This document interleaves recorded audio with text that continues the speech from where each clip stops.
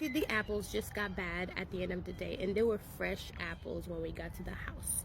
So hey guys, welcome back. Today I'm going to tell you another story about what happened to me as a child in Haiti, which to me was very traumatic, right? So I have this friend of mine, and we always walk to school together and walk back together.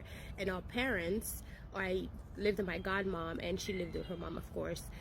They would always leave stuff for us to eat at the house, but they always tell you if you get home and your parents basically did not tell you, oh, I'm going to leave you food on the table, you should not touch the food that's there, because you just never know, right?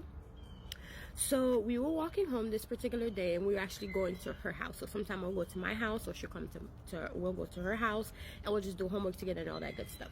So we walked to her house this particular day, and we got home and we saw 2 apples on the table. Now, before we left, her mom never told her that she was going to leave anything for her. So her mom was at the market shopping, and sometimes her mom and my godmom would go to the market together and go sell stuff. And this is like a pattern because my godmom used to work at a market. So we got to the house and we saw the apple, and something just told us not to eat the apple because we know people in the town who would basically try to poison children. And it's kind of crazy that it was actually an apple. But we saw the apple, we didn't touch it because we were never told that the apples were there for us. And because we know things are going around the town, we never, touched the apple. So then by the time her mom got home, she told her mom, hey, did you leave us, apples on the table to eat? Of course, her mom was shocked because she's like, I didn't leave you guys any apples. In Creole, of course. Then we were kind of looking at each other like, yeah, we saw 2 apples on the table. We just assumed that it was for the both of us. Well, but we didn't eat it because we know of other things that happened.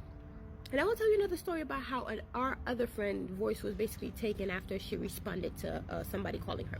But anyway, so we went back. Her mom went in the house and she actually saw the apples on the table, but she didn't think anything of it, which is so weird. But the apples, when we went to go look, the apples that were on the table were basically tarnished and turned worms were coming out of the apple. So it let us know that actual apple, or those apples, were poisoned.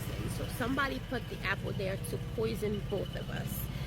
Why did they have 2 apples? Because they know that we always go home together, and they know that we are always together, and it's like a routine that they always leave food in the house for us, which usually it's like sugar, water, and bread, peanut butter and bread, Haitian peanut butter and bread, and then of course sugar water. We call it glossy. It's like something that you eat, like a snack that your parents will let you have before they get home to make dinner.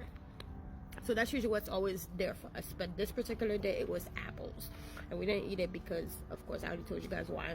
And yeah, so the apples were poisoned, because the apple doesn't just go from being like fresh, shiny, beautiful apples to like worms coming out of the apples within a few hours. So it was basically put there for us to eat at a particular time so we could be poisoned by the apple. We never find out who did it, but just know we knew that it was poison, because what kind of apple just go bad within a few hours, So anyways guys, let me know if you guys want to hear the story about my friend's voice being taken because she responded when somebody called her and she didn't know who called. So anyways, bye guys.